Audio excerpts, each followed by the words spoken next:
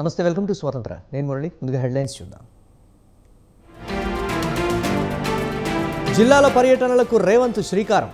మహబూబ్ నగర్ నుంచి టూర్ ప్రారంభం.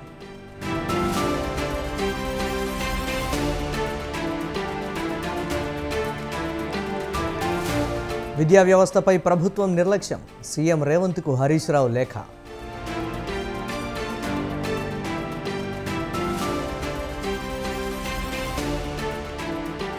కేవ్ పబ్లో 24 మంది డ్రగ్స్ తీసుకున్నారు. నిందితుల్లో విద్యార్థులు, ఐటీ ఉద్యోగులు ఉన్నారన్న డీసీపీ.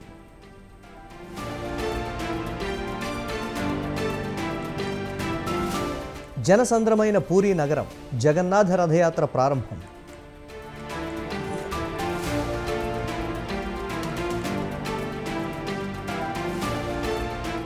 టీ20 మ్యాచ్లో భారత్ దూకుడు. జింబాబ్వేపై 234 పరుగులు చేసిన ఇండియా.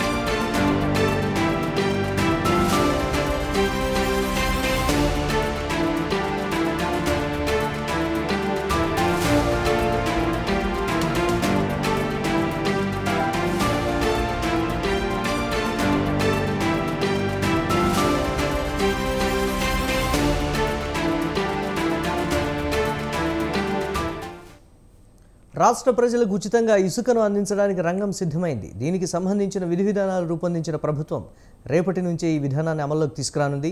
రేపటి నుంచి రాష్ట్రంలో ఉచిత ఇసుక విధానం అమల్లోకి తీసుకొస్తున్నామని మంత్రి కొల్లు రవీంద్ర అన్నారు. రాష్ట్రంలో ఉచిత ఇసుక విధానాన్ని పటిష్టంగా అమలు చేస్తామన్నారు. ప్రజల అవసరాలకు అనుగుణంగా ఇసుకను అందుబాటులోకి తీసుకొస్తామని స్పష్టం చేశారు. 120 స్టాక్ పాయింట్ల నుంచి ఇసుకను ప్రజలకు అందిస్తామన్నారు. 120 స్టాక్ పాయింట్స్ని వాళ్ళు ఐడెంటిఫై చేయడం. 120 స్టాక్ పాయింట్స్లో ముఖ్యమంత్రి గారి ఆదేశానుసారం రిలీజ్ చేయడం జరుగుతుంది. వాళ్ళు ఎక్కడ కావాలంటే అక్కడికి వెళ్ళి వాళ్ళు ఏ వెహికల్లో తెచ్చుకుంటే ఆ వెహికల్లో అక్కడ నమోదు చేసుకుని అక్కడ సీనరైజ్ కట్టుకుని లోడింగ్ ఛార్జ్ కట్టుకుని డైరెక్ట్గా వాళ్ళు శాండ్ తెచ్చుకుని పని చేసుకోవచ్చు.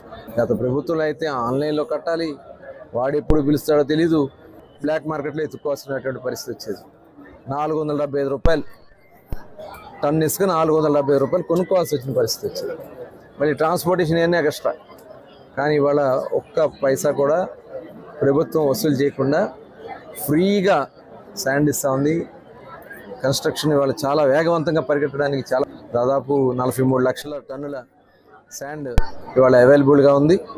1 కోటి టన్నుల శాండ్ని రాబోయే 3 నెలల్లో ప్రజలకు అందుబాటులో ఉంచాలనేది రాష్ట్ర ప్రభుత్వ లక్ష్యం. దానికి తగిన విధంగా అన్ని ఏర్పాట్లు కూడా చేయడం జరుగుతుంది.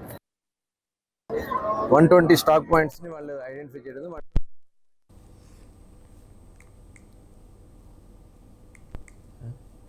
ఇదే అంశానికి సంబంధించి మరిన్ని అప్డేట్స్ మా కరెస్పాండెంట్ సంతోష్ అందిస్తారు. సంతోష్. మురళి, ఏపీలో ఎన్డీఏ కూటమి అధికారంలోకి వచ్చిన అనంతరం కూడా హామీలని ఒక్కొక్కటిగా నెరవేరుస్తున్న పరిస్థితులు కూడా కనబడతా ఉన్నాయి. ఏదైతే జులైలో పెన్షన్ అనేది కూడా ఇటు పూర్తి స్థాయిలో అయితే కనుక పంపిణీ చేసిన నేపథ్యంలో ఇప్పుడు మరొక హామీకి అయితే కనుక ఇటు పూర్తి స్థాయిలో శ్రీకారం చుట్టబోతుందని తెలుసుకోవచ్చు. ఏదైతే ఉచిత ఇసుక విధానాన్ని ఏదైతే ఇటు ఈ ఎన్డీఏ కూటమి హామీ ఇచ్చిందో ఈ నేపథ్యంలోనే ఇటు అందరికీ కూడా ఎవరికైతే అవసరమైద్దో ఆ అవసరానికి తగినట్టుగా అయితే కనుక ఈ యొక్క ఉచిత ఇసుక విధానాన్ని అనేది కూడా ప్రవేశపెట్టబోతుంది. ఎంతో ప్రతిష్టాత్మకంగా అయితే కనుక ఇటు రేపటి నుంచి ఈ యొక్క ఉచిత ఇసుక విధానాన్ని అయితే కనుక అమలు చేస్తున్నామంటూ కూడా ఇటు మంత్రి కొల్లు రవీంద్ర అయితే కనుక తెలియజేయడం కూడా జరిగింది. ఇక ఏదైతే 120 పాయింట్లలో అయితే కనుక ఈ యొక్క ఇసుక స్టాక్ నుంచి అయితే కనుక డిపోలకు కూడా వెళ్ళన్నట్టు కూడా తెలుస్తోంది. దీనికి సంబంధించి ఏదైతే వెబ్సైట్ ఉంటుందో, ఏదైతే మైన్స్ కి సంబంధించినటువంటి ఈ వెబ్సైట్, ఆ వెబ్సైట్ లో ఎవరికైతే అవసరం ఉంటుందో దానికి సంబంధించినటువంటి ధృవీకరణ పత్రాలన్నీ కూడా అందులో పొందుపరుస్తూ దీనికి సంబంధించినటువంటి ఇసుకను అయితే కనుక తీసుకెళ్ళడానికి కూడా తగిన చర్యలన్నీ కూడా రంగం సిద్ధం చేసినట్టు కూడా తెలుస్తా ఉంది. అదేవిధంగా పేమెంట్ సైతం కూడా డిజిటల్ విధానాన్ని కూడా ఇక పూర్తి స్థాయిలో అందుబాటులోకి తీసుకొస్తున్నట్టు కూడా తెలుస్తా ఉంది. ఈ యొక్క ఉచిత ఇసుక విధానాన్ని ఎంతో ప్రతిష్టాత్మకంగా అయితే కనుక ఇటు టీడీపీ ప్రభుత్వం అయితే కనుక చేపడుతున్నట్టు కూడా తెలుస్తూ ఉంది. ఏదైతే నిర్మాణ రంగం పటిష్టంగా అయితే కనుక బలోపేతం చేసే విధంగా కూడా ఈ యొక్క ఇసుక విధానాన్ని అనేది కూడా ఉండబోతున్నట్టు కూడా తెలుస్తూ ఉంది. ఏదైతే పేదలకి ఇసుక అందాలి అన్న నేపథ్యంలోనే ఇక పూర్తి స్థాయిలో అయితే కనుక ఈ యొక్క విధానాన్ని అనేది కూడా అమలు చేస్తున్నట్టు కూడా తెలుస్తూ ఉంది. ఇప్పటికే ఏదైతే ఇటు రాజధాని ప్రాంతం కావచ్చు, రాష్ట్రం అంతా కావచ్చు, నిర్మాణాలన్నీ కూడా ఇక వేగవంతంగా పుంజుకుంటున్న నేపథ్యంలో ఇక ఇసుక విధానాన్ని అమల్లోకి తీసుకొచ్చిన తర్వాత కూడా ఇక పూర్తి స్థాయిలో అయితే కనుక నిర్మాణాలు అనేది కూడా చేపట్టడం కూడా జరుగుతూ ఉంది. ఏదేమైనప్పటికీ ఇక లోడింగ్, అదే విధంగా ట్రాన్స్పోర్టేషన్ కి సంబంధించినటువంటి కూలీకి సంబంధించినటువంటి ఈ యొక్క ఛార్జెస్ మాత్రమే వసూలు చేయబడుతున్నట్టు కూడా తెలుస్తా ఉంది. ఏదైతే నిబంధనలకి మాత్రం విరుద్ధంగా ప్రవర్తిస్తే మాత్రం ఏదైతే ట్రాలీలు కావచ్చు, ట్రాక్టర్లు కావచ్చు, లారీలు కావచ్చు, వీటన్నిటిపై అయితే కనుక పెనాల్టీలు విధించే విధంగా కూడా ఇక రంగం సిద్ధం చేసినట్టు కూడా తెలుస్తోంది. అధికారులు అందరం కూడా అధికార యంత్రాంగం పూర్తి స్థాయిలో అయితే కనుక వీటన్నింటినీ పర్యవేక్షించబోతుందనేది తెలుస్తూ ఉంది. ఏదైతే గత అనుభవాలని దృష్టిలో పెట్టుకొని ఇక పూర్తి స్థాయిలో ఈ యొక్క ఇసుక విధానాన్ని అనేది కూడా అమలు చేసేందుకు కూడా ఇటు కార్యాచరణ సిద్ధమవుతున్నట్టు కూడా తెలుస్తూ ఉంది. ఎందుకంటే గతంలో కొన్ని ఏదైతే లబ్ధిదారులకి ఇసుక విధానాన్ని పక్కదారి పట్టించిన నేపథ్యంలో, అదేవిధంగా వీటన్నిటిపై అయితే కనుక దృష్టిలో పెట్టుకొని ఇక పూర్తి స్థాయిలో ఆన్లైన్ విధానాన్ని, అదేవిధంగా డిజిటల్ సంబంధించినటువంటి విధానాన్ని అనేది కూడా అందుబాటులోకి తీసుకొస్తున్నట్టు కూడా తెలుస్తా ఉంది. ఏదేమైనప్పటికీ ఇక నిర్మాణ రంగం పటిష్టంగా అదే విధంగా ఇటు పేదలకు కూడా ఈ యొక్క ఉచిత ఇసుక విధానాన్ని అందించే విధంగా కూడా అడుగులు వేస్తున్నట్టు కూడా తెలుస్తా ఉంది. Murali, thanks for update Santosh.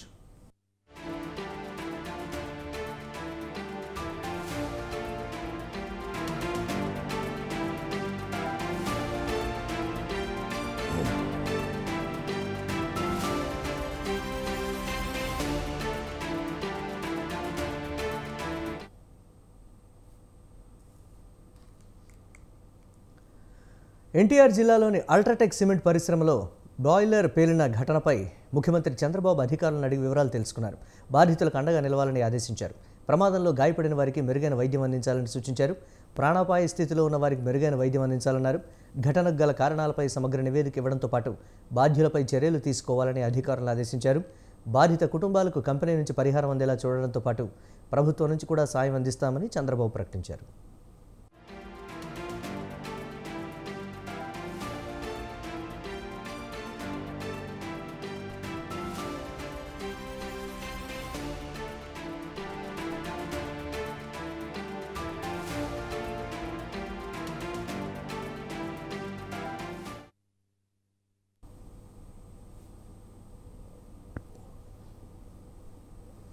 Bhadradri Kothagudem జిల్లా అశ్వారావుపేట ఎస్ఐ శ్రీరాముల శ్రీనివాస్ సికింద్రాబాద్ యశోద ఆసుపత్రిలో చికిత్స పొందుతూ మృతి చెందారు. ఉన్నతాధికారుల వేధింపులు భరించలేక జూన్ 30వ తేదీన ఆయన పురుగుల మందు తాగి ఆత్మహత్యకు పాల్పడ్డారు.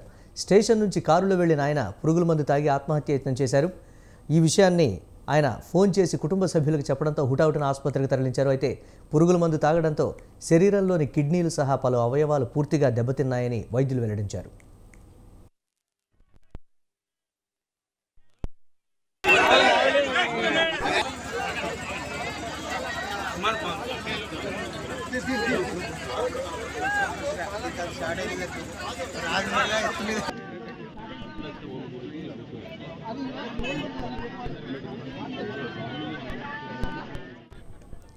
ఎస్ఐ శ్రీరాముల శ్రీనివాస్ ఆత్మహత్య కేసులో ట్విస్ట్ ఏంటంటే చనిపోయే ముందు ఆయన ఇచ్చిన మరణ వాంగ్మూలం.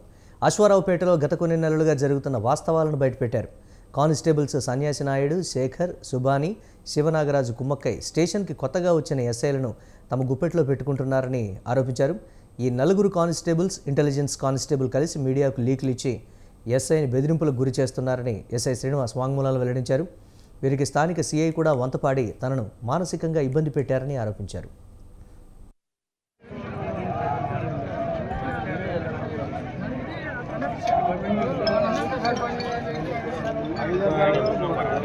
Kalau కాగా తన భర్త చావుకు కారణమైన వారిపై కఠిన చర్యలు తీసుకోవాలని ఎస్ఐ శ్రీనివాస్ భార్య కృష్ణవేణి 3 రోజుల క్రితం హైదరాబాద్లో 0 ఎఫ్ఐఆర్ నమోదు చేయించారు. అది మహబూబాబాద్ పిఎస్కు బదిలీ కావడంతో సిఐ మరో 4గురిపై కేసు నమోదైంది. ఈ క్రమంలో ఎస్ఐ శ్రీనివాస్ ఉదయం యశోద ఆసుపత్రిలో చనిపోవడం, ఆయన మాట్లాడిన వీడియో వైరల్ కావడంతో పోలీసు ఉన్నతాధికారులు చర్యలు చేపట్టారు. అశ్వారావుపేట ఎస్ఐ శ్రీనివాస్ ఆత్మహత్య కేసులో 3 రోజుల క్రితం అశ్వారావుపేట సిఐ జితేందర్ రెడ్డి ఐజీ ఆఫీస్కు అటాచ్ చేశారు. మరో 4 కానిస్టేబుల్స్ శివ, సుభాని, పిఎస్ నాయుడు, శేఖర్లను జిల్లా ఎస్పీ ఆఫీస్కి అటాచ్ చేశారు.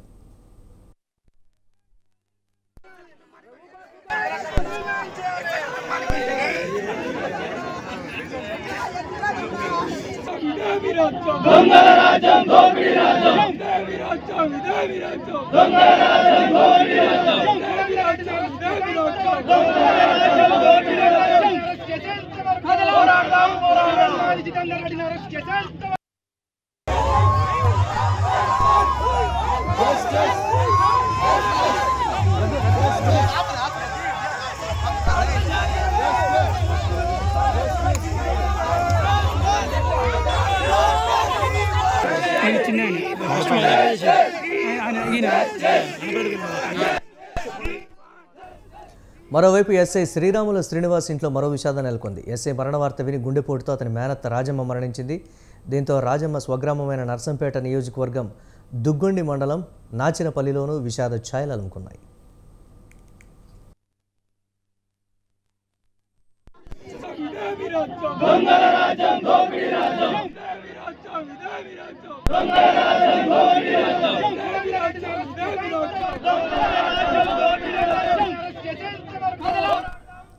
ఇటు శ్రీరాములు శ్రీనివాస్ మృతదేహం స్వగ్రామానికి చేరడంతో గ్రామంలో విషాద ఛాయలు అలుముకున్నాయి.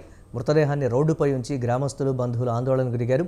శ్రీనివాస్ ఆత్మహత్యకు కారణమైన వారిని కఠినంగా శిక్షించాలని వివిధ ప్రజా సంఘాల నాయకులు డిమాండ్ చేశారు.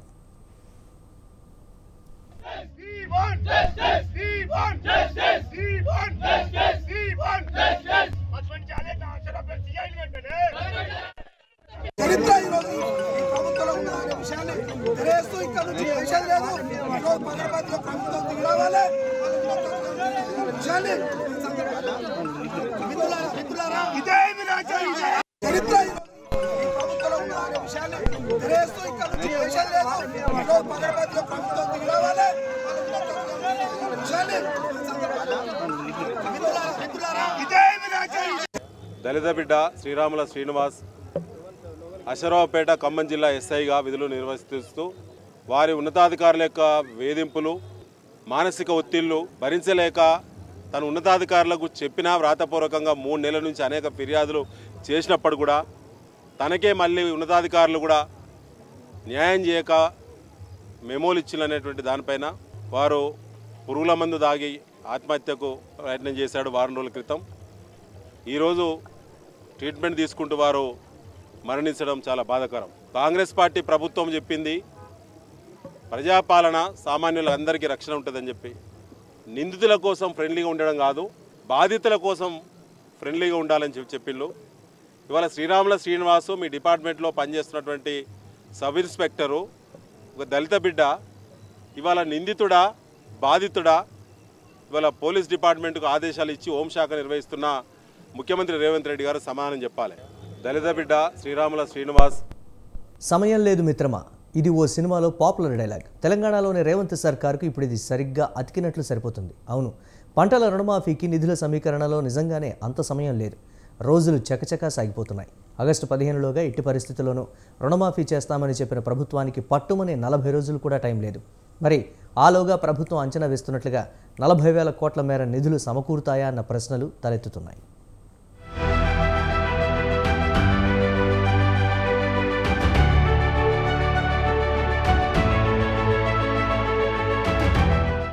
సుమారు 40 రోజులు 30,000 కోట్ల రూపాయలు. అవును, రాష్ట్ర ప్రభుత్వం హామీ ఇచ్చిన మేరకు రైతు రుణమాఫీ, రైతు భరోసా, రైతు బీమా అమలు చేయడం కోసం కావలసిన మొత్తం ఇది.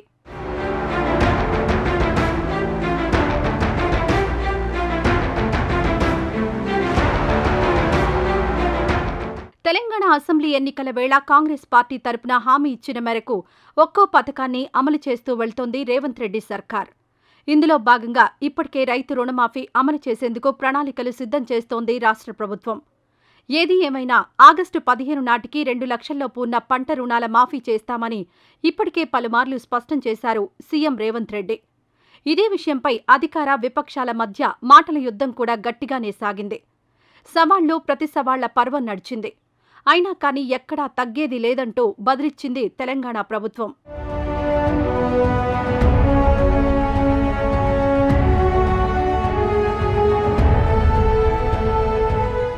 అయితే ప్రతి నెల రాష్ట్ర ప్రభుత్వానికి సుమారు 14,000 కోట్ల మేర ఆదాయం వస్తుండగా ఇప్పటికే దానికి మించిన ఖర్చులున్నాయి. ఆ ఆదాయం నుంచి ఈ పథకాలకు నిధులు సర్దుబాటు చేయడం సాధ్యపడదని ఆర్థిక శాఖ అంచనా వేస్తోంది. ఇప్పటికే వారానికి ఓసారి 1000 నుంచి 2,000 కోట్ల దాకా రుణాలను తీసుకొస్తోంది రేవంత్ ప్రభుత్వం. బాండ్ల విక్రయం ద్వారా ఎప్పటికప్పుడు ఇలా తీసుకొస్తూ బండి లాక్కొస్తోంది.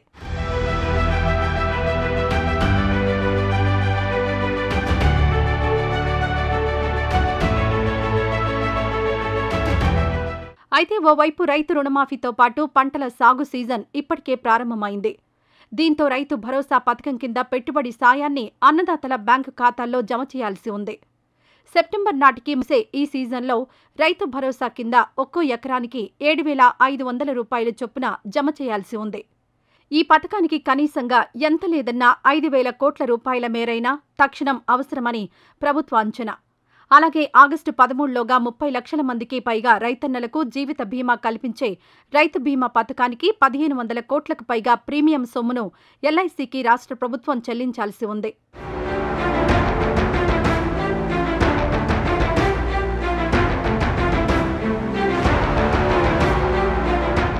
ఇలాంటి పరిస్థితుల నేపథ్యంలో 1,000 కోట్లు, 2,000 కోట్లు ఇలా రుణాలు తీసుకురావడం కాకుండా ఒకేసారి 10 నుంచి 20,000 కోట్ల మేర నిధులు బాండ్ల ద్వారా సేకరించి రుణమాఫీ చేయాలని, అందుకు అవసరమైన ప్రయత్నాలను చేస్తోంది రాష్ట్ర ప్రభుత్వం. ఈ దిశగా ముందుకు వెళ్లవచ్చా అన్న అంశాలను పరిశీలిస్తోంది. అయితే ఆర్థిక బాధ్యత, బడ్జెట్ నిర్వహణ పరిమితులకు లోబడి మాత్రమే బాండ్ల విక్రయం ద్వారా రుణాల సేకరణకు రిజర్వ్ బ్యాంక్ అనుమతిస్తుంది. 2023-24 ఆర్థిక సంవత్సరంలో రాష్ట్రం ఈ పరిమితి కింద 49,589 కోట్ల మేర రుణాలను తీసుకుంది. వాటిలో 2023 ఏప్రిల్ నుంచి ఆగస్టు వరకు 5 నెలల్లో గత ప్రభుత్వం 26,158 కోట్లను సేకరించింది. ఇక ప్రస్తుత విషయానికొస్తే 2024-25 ఆర్థిక సంవత్సరంలో 50,000 కోట్లకు మించి రుణాలను ఎఫ్ఆర్బీఎం పరిమితికి లోబడి సేకరించే అవకాశాలున్నట్లుగా తెలుస్తోంది. వీటి నుంచి గతేడాది మాదిరిగానే ఆగస్టులోగా 40,000 కోట్లను తీసుకుంటే 3 పథకాలకు సర్దుబాటు చేయడం సాధ్యమని అంచనా.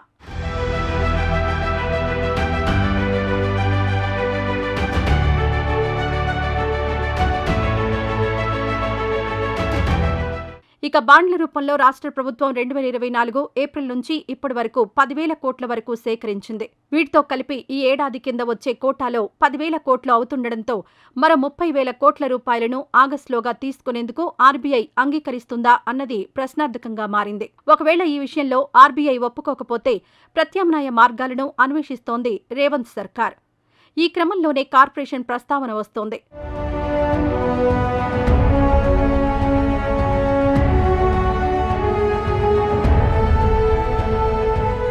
కొత్తగా రైతు సంక్షేమ అభివృద్ధి కార్పొరేషన్ ఏర్పాటు చేసి దాని తరపున రాష్ట్ర ప్రభుత్వం గ్యారంటీ ఇచ్చి ఒకేసారి 35,000 కోట్ల రూపాయల మేర రుణం తీసుకునే అవకాశం ఉందా అన్న చర్చ కూడా సాగుతోంది. అయితే ఇక్కడే ఓ ప్రశ్న వినిపిస్తోంది. ఏదైనా ఒక కార్పొరేషన్కు ఇంత భారీ స్థాయిలో రుణం ఇవ్వాలంటే దానిని అదే సంస్థ తిరిగి చెల్లిస్తుందని, దానికొచ్చే ఆదాయ మార్గాలను సైతం స్పష్టంగా చూపాల్సి ఉంటుంది. ఒక సంస్థ లేదంటే ఒక పథకం పేరుతో ఇచ్చే రుణ సొమ్మును దానికి మాత్రమే వినియోగించాలని, అలా చేయని పక్షంలో రాష్ట్ర ప్రభుత్వం పూచికత్తు ఇవ్వడం చెల్లదని ఇటీవలే రిజర్వ్ బ్యాంక్ వర్కింగ్ గ్రూప్ సిఫారసు చేసింది.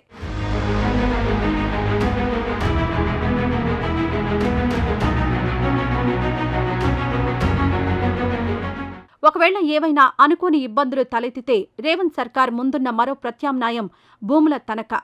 గడువులోగా ఆశించిన మేర నిధులు లభించకపోతే తెలంగాణ రాష్ట్ర పారిశ్రామిక మౌలిక సదుపాయాల అభివృద్ధి సంస్థ టీజీఐఐసి ద్వారా ప్రభుత్వ రుణాలను బ్యాంకుల్లో తాకట్టు పెట్టి 10,000 కోట్లకు పైగా రుణాలు సేకరించేందుకు అవకాశాలున్నాయా అని ప్రభుత్వం అధ్యయనం చేస్తోంది. ఇలా రుణ సేకరణకున్న అన్ని అవకాశాలు ఏమిటన్న దానిపై ప్రభుత్వం ఉన్నత స్థాయిలో చర్చలు జరుపుతోందన్న మాట వినిపిస్తోంది.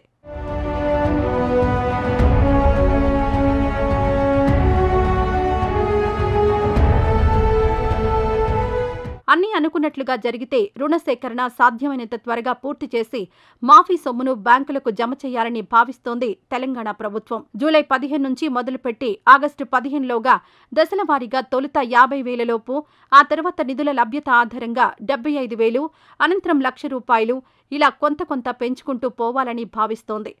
ఈ దిశగా సాధ్యాసాధ్యాలను ప్రభుత్వం పరిశీలిస్తోంది. రాష్ట్రంలో రుణమాఫీ వర్తించే రైతుల్లో 70% మందికి ₹1,00,000 లోపే బాకీ ఉన్నట్లుగా అంచనా వేస్తోంది సర్కార్.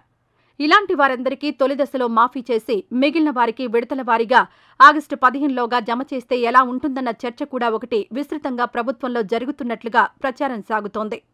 అయితే ప్రస్తుతానికి ఇన్ని ఆలోచనలు సాగిస్తున్న ప్రభుత్వం నిధుల లభ్యతపై స్పష్టత వచ్చాక రుణమాఫీకి అర్హులైన రైతులను గుర్తించి వారి తరపున బ్యాంకులకు చెల్లించే మొత్తాలను జమ చేయనుంది.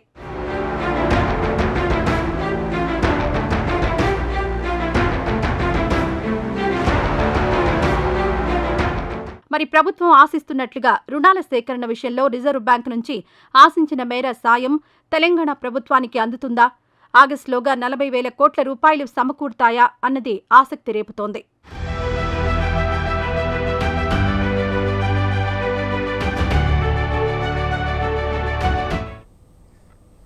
వికలాంగుల పెన్షన్ 6,000 రూపాయలకు పెంచడం పట్ల శ్రీకాకుళం జిల్లా బధిరుల సంక్షేమ సంఘం హర్షం వ్యక్తం చేసింది. శ్రీకాకుళంలో నిర్వహించిన థ్యాంక్ యూ సీఎం సార్ కార్యక్రమంలో ఎమ్మెల్యే గోండు శంకర్ అతిథిగా పాల్గొన్నారు.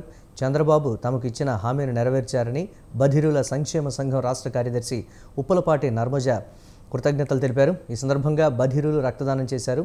అరసవెల్లి దేవస్థానం వద్ద నిరుపేదలకు ఆహారం అందించారు. బధిరుల సమస్యల పరిష్కారానికి కృషి చేస్తానని ఎమ్మెల్యే శంకర్ హామీ ఇచ్చారు.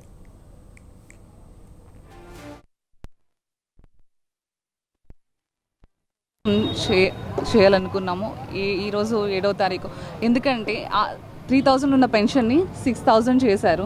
సో అందుకని చెప్పి ఫస్ట్ ఈరోజు మార్నింగ్ V1 రెస్టారెంట్లో బ్లడ్ డొనేషన్ చేశాము. ఆ తర్వాత ఇక్కడ అరసవిలి టెంపుల్ దగ్గర పూర్ పీపుల్ ఉన్నారు కదా రోడ్ సైడ్, సో వాళ్ళందరికీ మేము స్పెషల్గా ఫుడ్ చేయించి మా దగ్గర ఉన్న 6,000 పెన్షన్స్ పెంచారు కదా, ఆ పెన్షన్స్ అమౌంట్లో నుంచి కొంత అమౌంట్ తీసుకొని ఈరోజు డిస్ట్రిబ్యూషన్ ఫుడ్ డొనేషన్ అనేది చేయడం జరిగింది.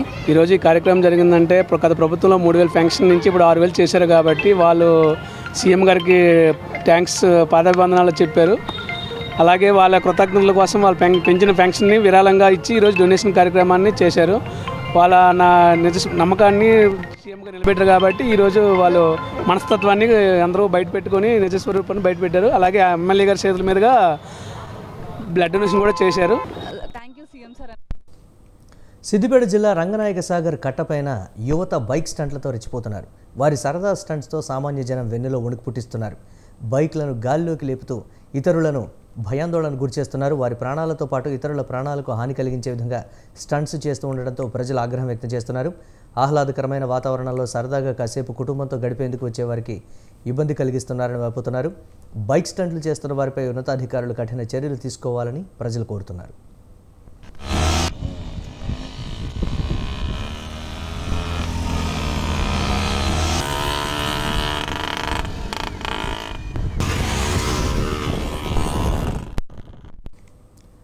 ఐదు నెలల క్రితం హైదరాబాద్లో హత్య గురైన రియల్టర్ సింగోటం రాము ఇంట్లో అసాంఘిక కార్యకలాపాలు జరుగుతున్నట్లు పోలీసులు గుర్తించారు. కోర్టు ఆదేశాలతో ఖైరతాబాద్ రెవెన్యూ అధికారుల సమక్షంలో పోలీసులు జూబ్లీహిల్స్లోని సింగోటం రాము ఇంటిని సీజ్ చేశారు.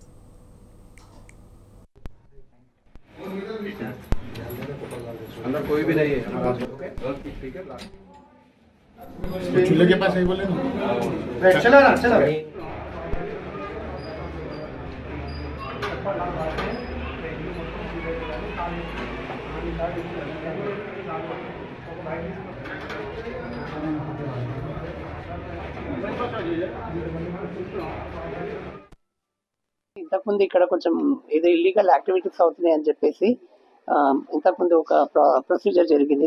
దానికి అనుకూలంగా ఏమైందంటే మళ్ళీ దీనిపైన డీటెయిల్ రిపోర్ట్ ఇవ్వడం తర్వాత ఆర్డీఓ గారు ఎంఆర్ఓ గారికి ఆదేశాలు ఇచ్చారన్నమాట. దీంట్లో ఎవరైతే ఉన్నారో వాళ్ళందరినీ కూడా కొంచెం తీసేసి మొత్తం బిల్డింగ్ మొత్తం కూడా సీజ్ చేయమని చెప్పేసి చెప్పారు.